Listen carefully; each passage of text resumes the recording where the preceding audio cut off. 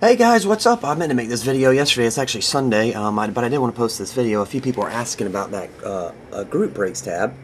I can click it actually. If you go to my website and click the group breaks tab, it'll say coming soon right now. But what I was going to do, I was going to start doing group breaks from time to time, maybe like one a week or something. If everyone liked it, maybe a couple, maybe two a week or something. I don't know. But it was going to be a little different than the standard group breaks that most people do, and like I usually do when I used to do them. I haven't done one, I don't think, in about a year. And I enjoy doing it that way too, where you go live under blog, you do the random, everyone trades teams, and then you break the product and etc. live. But usually it's late at night.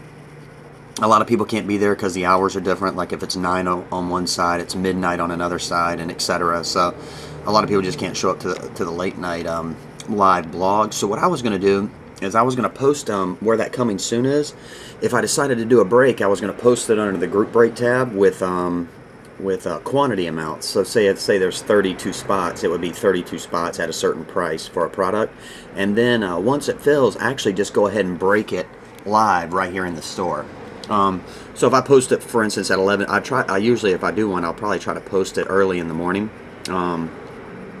And then per se, if it got some interest and it filled by, say, 1 or 2 p.m. Eastern, or 1 or 2 p.m. while I'm at the store, then I would just go ahead and break it at the store and upload it, and then everyone could see. It's kind of like instant group breaking, I guess is what you would call it, versus doing all the going live one night and doing randoms one night. I mean, doing the random team draw one night and then letting everyone trade and then coming back another night at a certain time, then breaking, and you know, that kind of whole thing.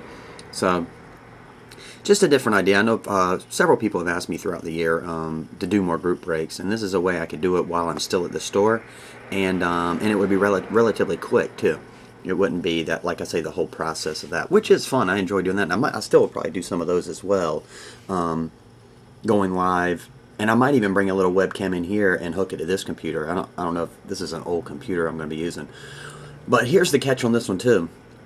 To make it fair, because technically, and 100% would never do this because it would be, but some people could, because it's not live. You could technically just go to random.org, put all 30 teams on one side, all 30 names on the other side, and then randomize until one of your friends got a team you like, and then break the product.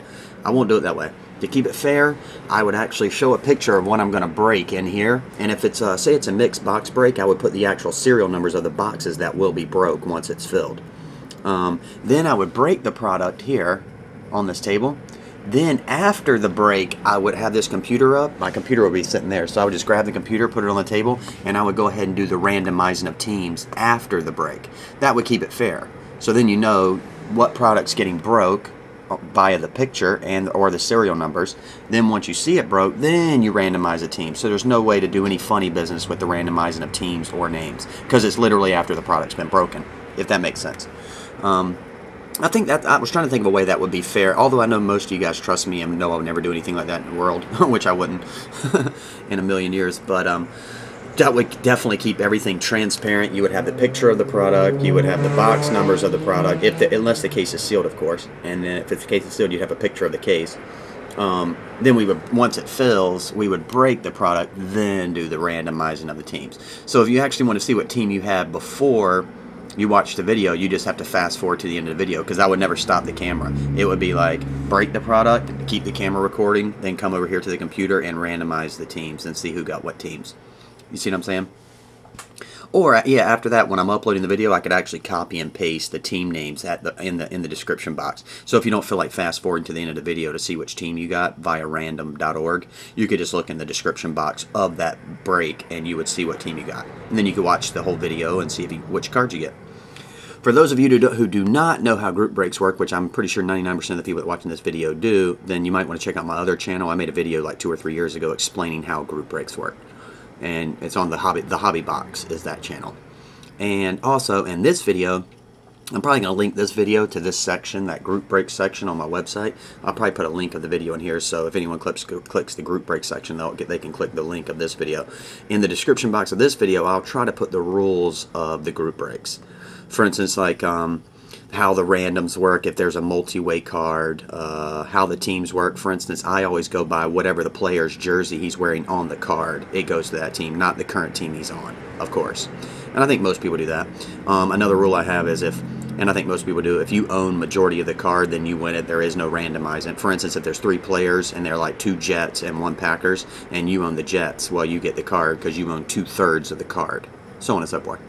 And if we decide to take any teams out, then we would randomize. Like I say, all the rules will be in the description box below. But we would randomize all the hits that came from the teams that were pulled and were not sold. We would randomize those between all the people that did not receive a hit. And I consider receiving a serial numbered card not receiving a hit. So if it's a product that has serial numbered base cards like Supreme or something like that, then that wouldn't count as a hit. You have to physically receive a hit. Of course, unless you get a 1/1. We will make that rule too. If you get a 1/1, then that can be considered a hit, even if it's not a jersey or a patch or an auto. And another rule I like is since it won't be live and the people can't talk, if there is a major card pulled and it's a multi-way card, for instance, I don't know, just a major card. Let me silence this phone. Just a major card pulled, then I would, and it's supposed to be random between 2 people. Then I would not random it right after the video. I would contact both of those people and see maybe if they want to sell it and split the money, or if one of them wants to buy the other person out, or if they want to random it, then I would actually go live for that one if it's a big dollar card. But like I say, I'll have all the rules in the video below. But like I said, this is just an idea to do fun. It's kind of like instant gratification group breaks, I guess. It's not all the delay of trading teams. It's basically you get a team at the end after the break. You will receive a team. Like I say, when I do the randomizing, and that's all of that team. If you get the Cowboys, you would receive every Cowboys card out of the break, and that's pretty much it.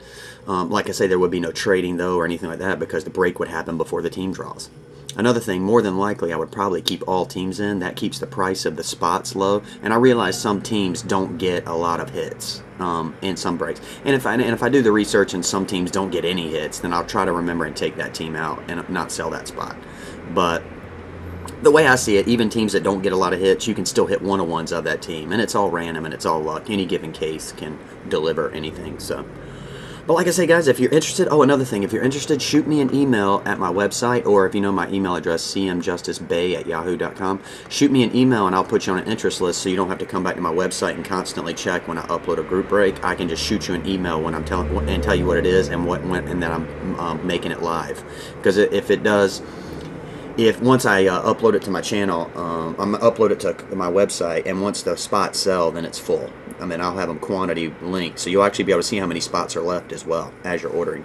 Hopefully it works, and hopefully everyone has a good time. I was thinking actually doing the first one, maybe limited football that comes out this week, and it has, I think, 3 or 4 hits per pack and a 15-box case or something, so that would be like 45 to 60 hits. And plus a lot of serial numbered cards, so everybody should get a lot of, or a good amount of stuff. So let me know what you think. Shoot me an email if you have any questions, or a PM. And if you think I left anything out, shoot me an email or PM too, and I'll update the description box of this video with any questions I might have.